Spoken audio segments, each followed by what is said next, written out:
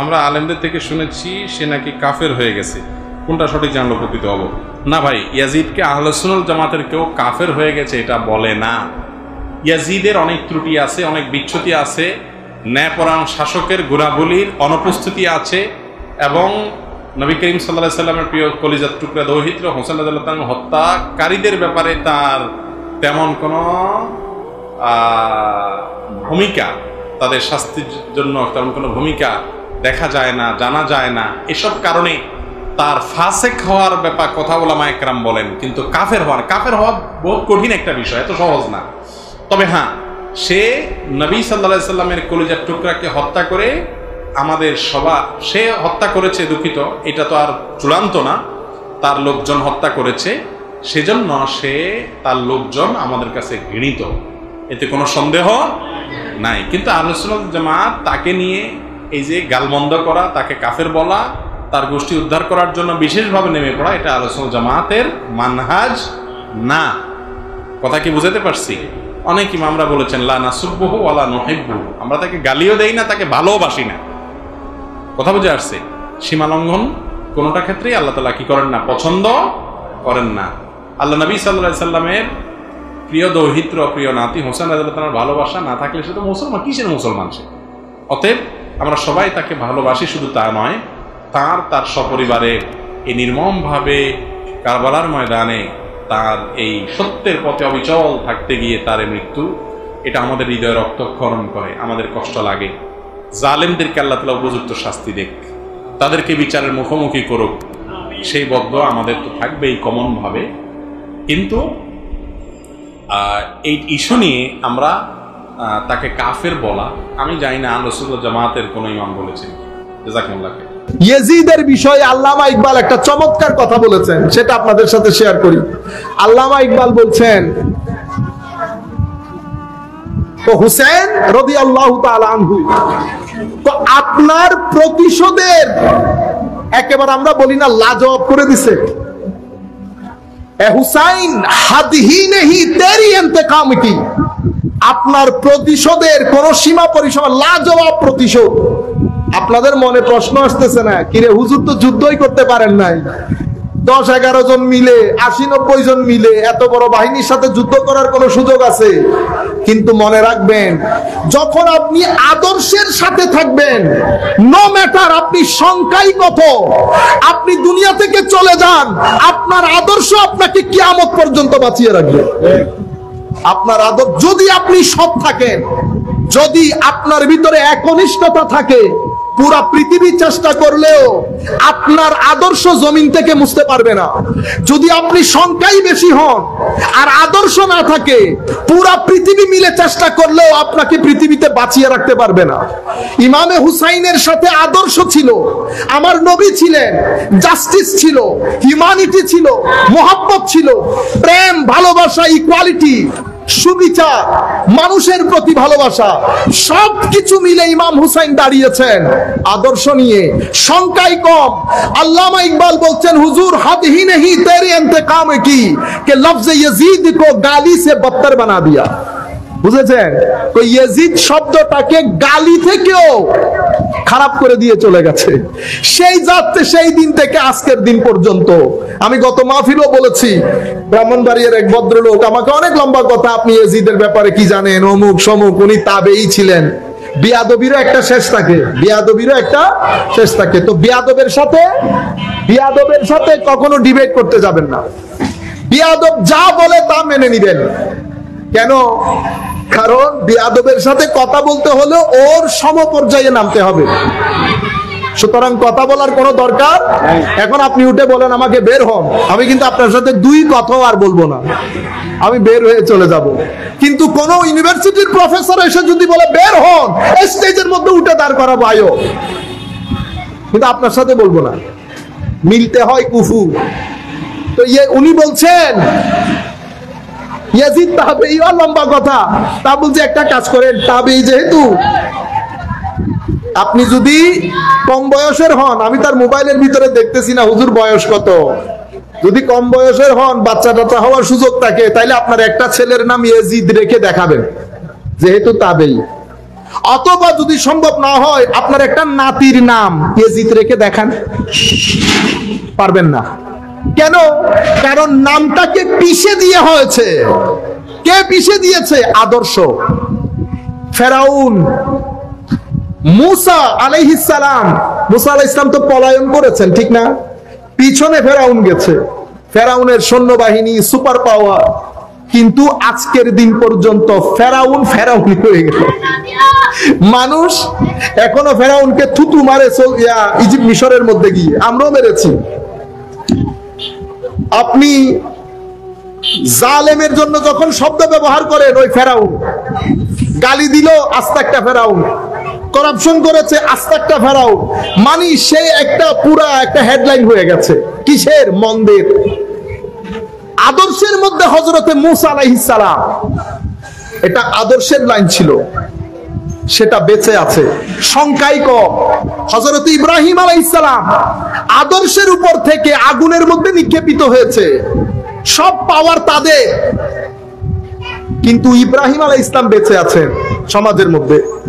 কেউ নন মুসলিম বলেন, খারাপ মানুষ বলেন, সোসাইটির মধ্যে একটা ডাকাত ধরে আনেন, ডাকাত, তারও জিজ্ঞেস করেন ফেরাউন না মুসা, সেও বলবে মুসা। এটা আজীব বিচার আল্লাহ।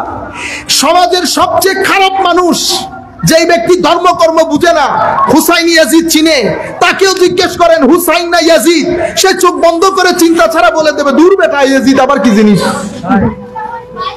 এবং সেটা এমন ভাবে ধুয়ে মুছে সরকার হয়ে গেছে, অর্ধ পৃথিবী শাসন করেছে, কিন্তু পৃথিবীবাসী জানে না তার কবর কোথায়।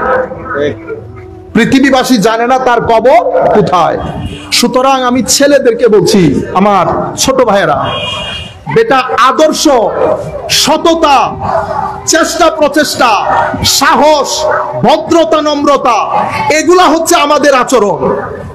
এগুলার মাধ্যমে আপনার প্রতিষ্ঠা। মনে রাখবেন, যে রাস্তা দিয়ে আমরা হাঁটছি, রাস্তা পাকা হয়ে যাবে যেভাবে ইউরোপে পাকা হয়েছে। লাইট থাকবে, আগে এয়ার কন্ডিশন ছিল না, এয়ার কন্ডিশন হয়ে যাবে। গাড়ি নাই, গাড়িও হয়ে যাবে।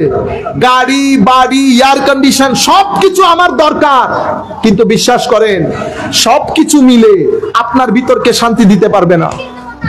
সেই কারণে বাংলাদেশে আত্মহত্যা অনেক বেড়ে যাচ্ছে, আপনারা জানেন কিনা জানি না। যদি আপনাদের দেখতে মন চায়, চট্টগ্রাম হসপিটালে পুরো সপ্তাহে মিলে 3-4 দিন যাবেন ইমার্জেন্সিতে, দেখবেন কি পরিমাণ মানুষ আত্মহত্যার দিকে ঝুঁকছে। কেন করছে?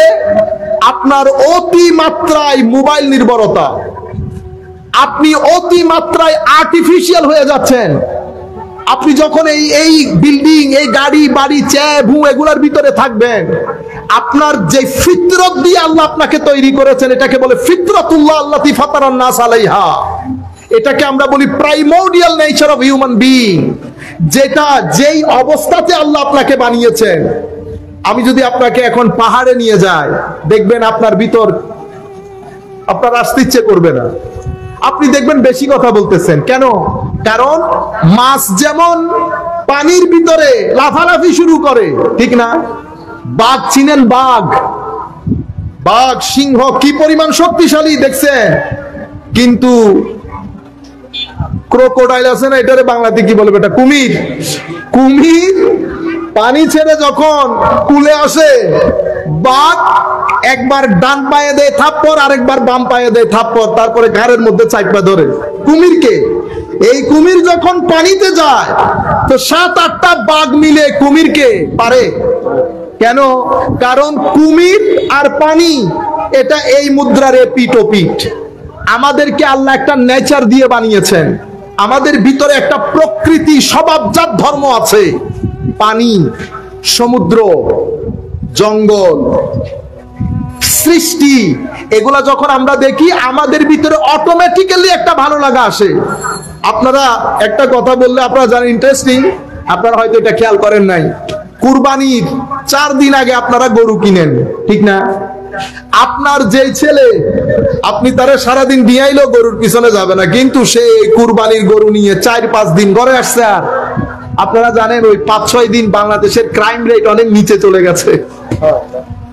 কিসের কারণে? কুরবানির গরুর কারণে।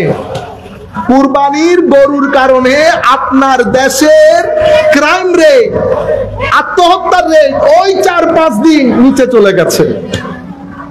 কারণ আল্লাহ আমাদেরকে বানিয়েছেন ওভাবে। এবং ওই অবস্থায় যখন আপনি নামাজ দোয়া পড়বেন, আপনি আমার ওই বাপদাদাদের মতো আসল মানুষে রূপান্তরিত হবে। তখন আপনার ভিতরে নাই ভাব আসবে না, তাওয়াক্কুল থাকবে, ইয়াকিন থাকবে। আমার বাপদাদাদের যেমন ছিল, আপনি আমি সবাই মিলে সেই চেষ্টা করতে হবে। দয়া করে ছেলেদেরকে একটু পৃথিবী দেখান, অন্তত সি বিচে নিয়ে গিয়ে তাদেরকে জাহাজ আর পানি দেখান। চোখ যখন পানি দেখবে, ভিতরের মধ্যে একটা আত্রিন, ভিতরের মধ্যে কেমন কেমন একটা ভাব দেখবেন, তাই সে ফ্রেশ হয়ে গেছে। এইভাবে আল্লাহ আমাদেরকে সৃষ্টি করেছেন। এই জন্য আমার নবী বলছেন, কুল সিরু ফিল আরদ, পৃথিবীর মধ্যে সায়ের করো, সফর করো। সাহাবায়ে কেরাম করেছেন, সলফে সালেহিন উম্মত, সফরের মধ্যে জীবন অতিবাহিত করে দিয়েছেন। আপনারা বুঝতে পেরেছেন? আল্লাহ রাব্বুল আলামিন আমাদের হামি ও নাসির হোক।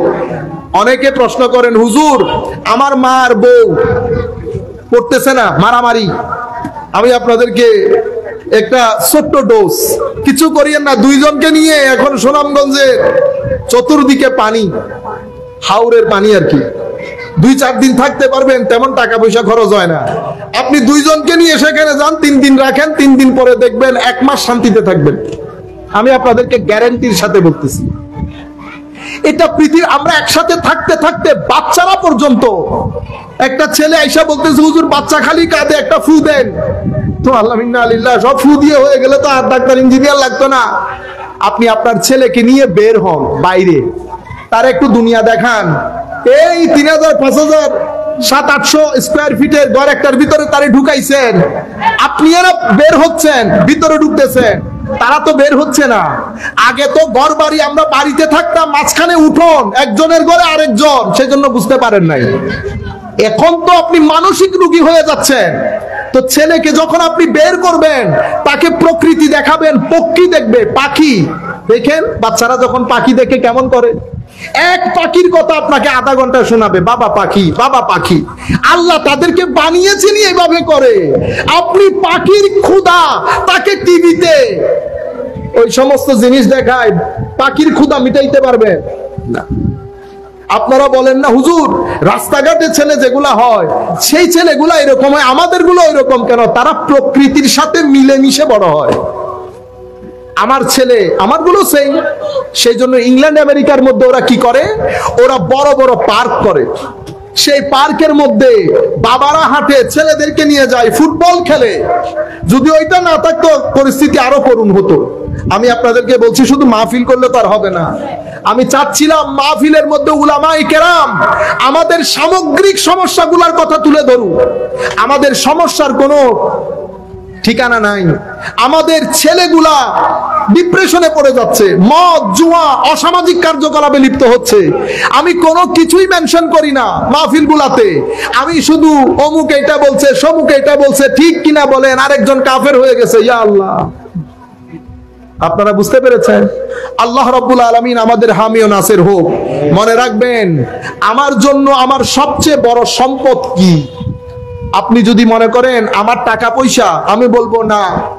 আমার ঘর বাড়ি না, আমার সন্তান আমার সবচেয়ে বড় সম্পদ।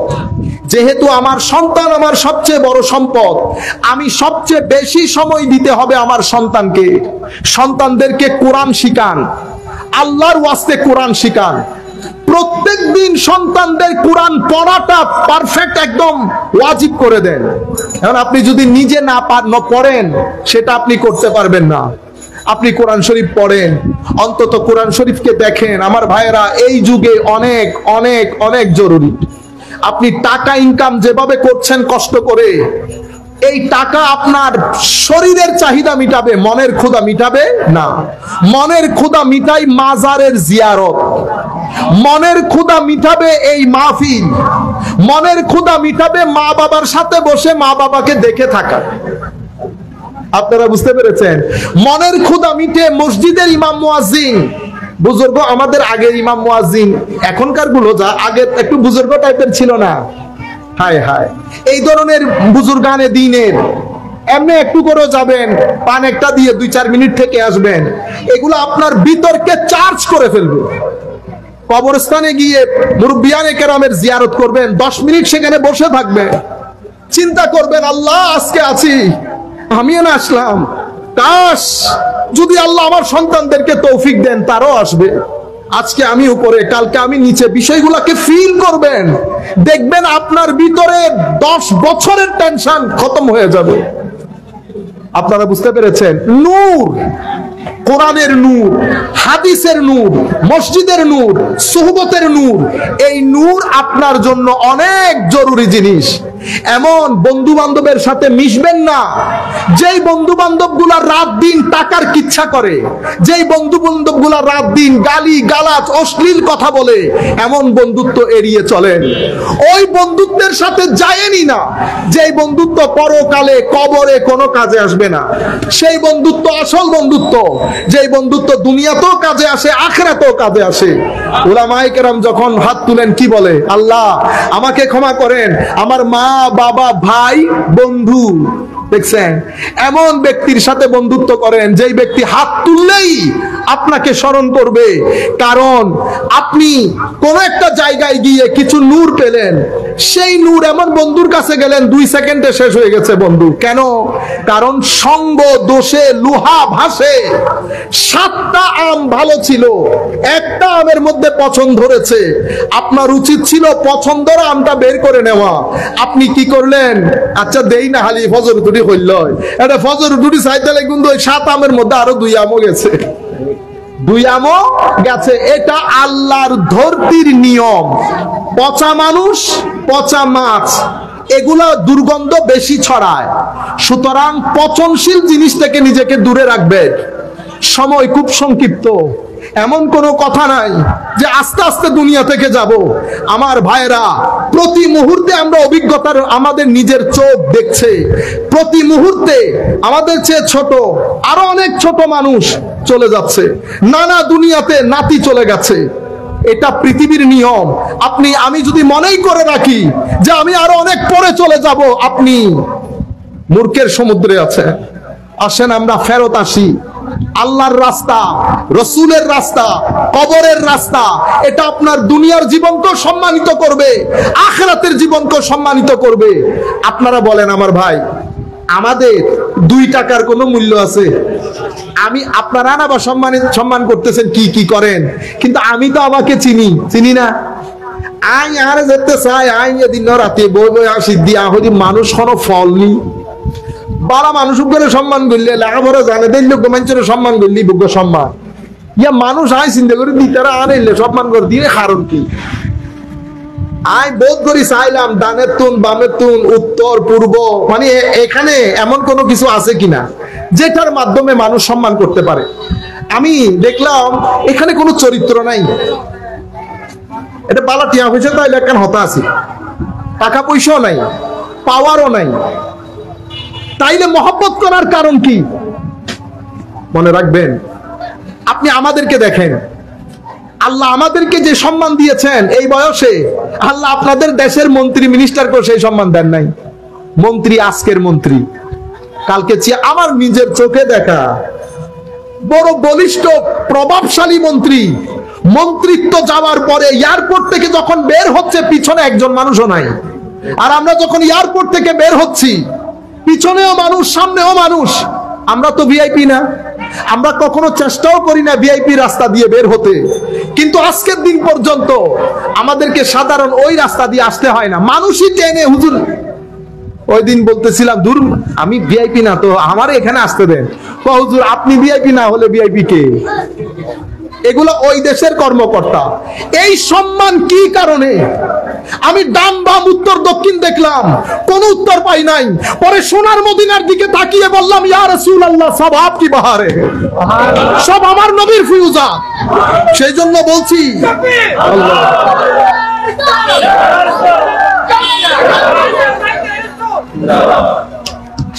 বলছি, আমার ভাইরা, উনি নাত পড়েছেন না, হুজুর মেরি তো সারি বহার से है मैं बेकरार हूँ, मैं बेकरार था, मेरे करार आप से है हुजूर, मेरी तो सारी बहार आप से है। बस এটাই উত্তর। হুজুর সব কিছু আপনার কারণে। যদি আমি হতাম তাহলে তো আমাকে মানুষ ফিরেও তাকাইতো না, কারণ মানুষের ইজ্জত হয় টাকার কারণে নাই, এলমের কারণে নাই, আখলাকের কারণে নাই, প্রভাব প্রতিপত্তির কারণে নাই। তাহলে পৃথিবীর যেই প্রান্তে যায়, সেটা স্ক্যান্ডিনেভিয়ান কান্ট্রি হোক, ইউরোপ হোক, আমেরিকা হোক, একেবারে ক্যারিবিয়ান কান্ট্রি জ্যামাইকা হোক, পৃথিবীর যেই প্রান্তে যায় মানুষ চিনে, মানুষ চিনে।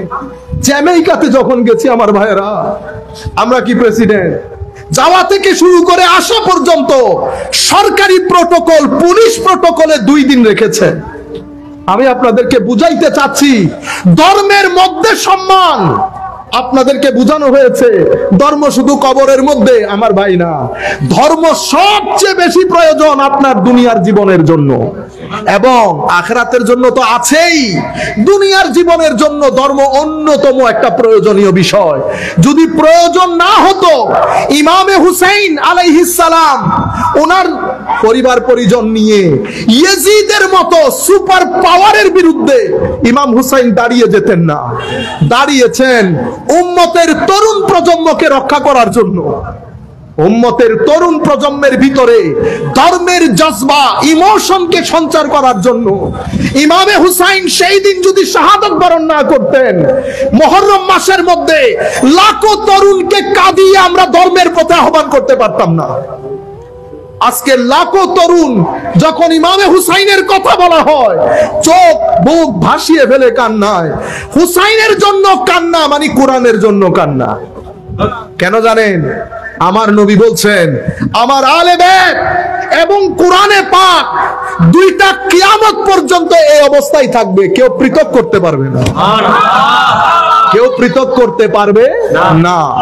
আমার আলে বাইত অনেক ভারী জিনিস, যেভাবে কোরআন ভারী জিনিস। আমার আলে বাইতের সাথে থাকবা, পথভ্রষ্ট হবে না। আপনারা বুঝতে পেরেছেন? সেই কারণে ইমামে হুসাইন আলাইহিস সালামের সেই দিনের শাহাদাত আজকের দিন পর্যন্ত আমরা যখন ইউরোপ আমেরিকাতে নন মুসলিমদেরকে দাওয়াত দিয়ে ইমামে হুসাইনের শাহাদাতের গল্প শোনাই, নন মুসলিম পর্যন্ত না কেঁদে যেতে পারে না। আমার চোখে এখনো ভাসছে আমাদের একজন স্বনামধন্য মানুষ, তিনি প্রোগ্রামের পরে আমাকে বলতেছেন, সাইফ আমি কি ওনার সম্পর্কে একটু জানতে পারি, আমি কি ওনাকে একটু পড়তে পারি? বলেন দেখি, ওনাকে পড়া মানি কোরআন পড়া না, ওনাকে জানা মানি রসুলকে জানা না। তাহলে উনি জানার মাধ্যমে আলটিমেটলি আপনি রসুল হয়ে আল্লাহ পর্যন্ত যাচ্ছেন। উনি হয়ে গেছেন টানেল, উনি হয়ে গেছেন কি টানেল। সেই কারণে আমার নবী বলেছেন, হাসান এবং হুসাইন সাইয়্যিদা শাবাবে আহলিল জান্নাহ। চিফ গেস্ট, আমি এখন আর কথা না বাড়িয়ে, সময় অনেক সংক্ষিপ্ত, আমি একেবারে সরাসরি, আমাদের ছেলেরা বলেছেন হুজুর মুখস্থ না বলে সরাসরি কিছু হাদিস যদি আলে বাইত সম্পর্কে আমাদেরকে শোনাতেন, আমরা বন্ধু বান্ধবের সাথে শেয়ার করতে পারতাম। ওনাদের কথা বিবেচনা করে আমি 7-8টা হাদিস, আপনারা আদবের সাথে বসবেন, এটা আমার নবীর মুখ নিঃসৃত বাণী।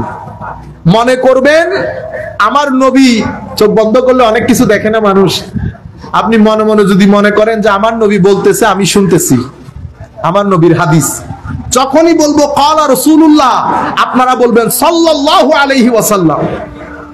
সম্মানিত উপস্থিতি, প্রথম যেই হাদিস, এটা ইমাম মুসলিম রিওয়ায়াত করেছেন। কে রিওয়ায়াত করেছেন? ইমাম মুসলিম। হাদিসের বড় গ্রন্থ 6টা, এছাড়াও হাদিসের অসংখ্য গ্রন্থ আছে, কিন্তু এগুলা খুব পরিচিত। চেয়ার দেন বেটা। 6টা গ্রন্থের মধ্যে দ্বিতীয় স্টেজের গ্রন্থের নাম মুসলিম শরীফ। সেই কিতাবের মধ্যে হযরতে যায়েদ বিন আরকাম রাদিয়াল্লাহু তাআলা আনহু উনি বলছেন কামা রাসূলুল্লাহি সাল্লাল্লাহু আলাইহি, সবাই একসাথে বলি আমার নবী খুশি হয়ে যাবেন, সাল্লাল্লাহু আলাইহি ওয়াসাল্লাম ইয়াওমান ফিনা খাতিবান বিমাইন ইউদআ খুম্মা। বিদায় হজ্জের ভাষণ সেরে আমার নবী মদিনা শরীফের দিকে আসতেছেন। তো তখন তো আর ফ্লাইট আর কার ছিল না, বুম করে চলে আসবেন হাঁটতে হাঁটতে এই গরমের মধ্যে। হায় হায় কত কষ্ট করেছেন আমার নবী, সাহাবায়ে কেরাম আসতেছেন। হায় রে হায়, খুম নামক একটা জায়গার মধ্যে তাবু গেড়ে বাইনা মক্কা ওয়াল মদিনা, মক্কা মদিনার মাঝখানে, সেখানে আমার নবী দাঁড়ালেন। দাঁড়িয়ে আমার নবী বক্তব্য দিলেন। তাইলে একটা বক্তব্য বিদায় হজ্জের ভাষণে দিয়েছেন, আরেক বক্তব্য এই জায়গার মধ্যে এসে দিচ্ছেন। কেন? কারণ হজ্জের মাস, আমার নবী দুনিয়া থেকে চলে যাবেন রবিউল আউয়াল মাসে। হজ আর রবিউল আউয়াল মাসের মাঝখানে দূরত্ব কতটুকুন? জিলহজ, মুহররম, সফর, রবিউল আউয়াল। তাইলে আমার নবী যদি এই বক্তব্য জিলহজের শেষ সপ্তাহে দান করেন, তো জিলহজের শেষ সপ্তাহ, মুহররম সফরের 8 সপ্তাহ, 9 সপ্তাহ, রবিউল আউয়ালের দ্বিতীয় সপ্তাহ, মানে এই বক্তব্যের 13-14তম সপ্তাহে আমার নবী দুনিয়া থেকে চলে গেছেন। তাইলে আমার নবী চাচ্ছেন আমার নবী যাওয়ার আগে আগে উম্মতকে যেন গুরুত্বপূর্ণ ডাইরেকশন গুলা দিয়ে যেতে পারে। আমার নবী কি বললেন? ফাহামিদাল্লাহ ওয়া আথনা আলাই। আমরা যেমন বক্তব্য দিতে উঠলে আগে কি পড়ি? আলহামদুলিল্লাহ ওয়াসসালাতু ওয়াসসালামু আলা রাসূলিল্লাহ। এটা খুতবার আরকান। খুতবার কি? রুকন। খুতবার রুকন হচ্ছে আল্লাহর প্রশংসা থাকতে হবে, নবীর দরুদ থাকতে হবে। খুতবার রুকন আমার নবী আল্লাহর প্রশংসা করলেন, করার পরে আমার নবী উম্মতকে নসিহত করা শুরু করলেন। হায় হায় হায় হায়, আমার শিক্ষক দুনিয়া থেকে চলে যাবেন, আয় দেখা হলে বলতো বেটা এটা করিও, এই কিতাব পড়িও, বেশি বেশি করে পড়বা, অমুক কিতাবটা বেশি পড়বা, কোরআন শরীফ তিলাওয়াত করবা। কেন? বুড়া হয়ে গেছে উনি, এখনো আছে, এখনো আছে, কিন্তু বয়স হয়ে গেছে তো মনে হচ্ছে চলে যাবে, বারবার নসিহতের মধ্যে থাকে। আমার নবী নসিহত করছেন, নসিহত করতে করতে সুম্মা কল, এরপরে কি বললেন? আমরা কি বলি? আম্মা বাদু বলি না? কেন বলি? আমার নবী শিখিয়েছেন। আমার নবী কি বলেছেন? আম্মা বাদ আলা আইয়ুহান নাস। আমার নবী লাখো সাহাবায়ে কেরামকে ডাক দিয়ে বললেন, হে মানুষ। 1-2 সাহাবী না তো, লক্ষাধিক সাহাবায়ে কেরাম আমার নবীর সাথে, সবাইকে সম্বোধন করে বলছেন, ফা ইন্নামা আনা বাশার ইউশিকু আন ইয়াতিয়া রাসূল রাব্বি ফাউজিব। আমি মানুষ, যেই কোনো মুহূর্তে আমার কাছে মৃত্যুর জন্য দায়িত্বপ্রাপ্ত ফেরেশতা আসতে পারে, আমাকেও চলে যেতে হতে পারে। সুতরাং তোমরা ঘাবড়ে যেও না, তোমরা হেজিটেশন ফিল করিও না, ভয় করিও না, কোনো সংশয় নাই। আমি তোমাদের কাছে 2টি ভারী জিনিস রেখে যাচ্ছি। আনা তারিকুন ফিকুম সাকালাইন। কোরআনে পাকের মধ্যে কোরআনকে বলেছে সাকল, ভারী, আর হাদিসের মধ্যে আমার নবী আহলে বাইতকে বলেছেন ভারী। 2টা ভারী জিনিস রেখে যাচ্ছি। একটা কি? আউয়ালুহুমা, কি বলেছে আমার নবী? তারিকুন ফিকুম সাকালাইন। আউয়ালুহুমা কিতাবুল্লাহ। প্রথম ভারী জিনিস এটা আল্লাহর কিতাব। ফিহিল হুদা ওয়ান নূর। এই কিতাবের মধ্যে, এই যে আমি এতক্ষণ নূরের কথা আপনাদেরকে বলছি, এটার মধ্যে হেদায়েত আছে, নূরও আছে। নূর কেন? নূর আপনার কলবের খাদ্য। মোবাইল যেমন চার্জ না দিলে চলে না, কলবও তেমন নূরবিহীন চলতে পারে না। কলবের ভিতরে যদি নূর না থাকে, ডিপ্রেসড হবেন আপনি। নূর কোত্থেকে আসবে? কোরআন থেকে। নূর কোত্থেকে আসবে? আল্লাহর ওয়ালি উলামায়ে রাব্বানি সালেহিনদের সিনা থেকে। নূর কোত্থেকে আসবে? মাজারের জিয়ারত থেকে।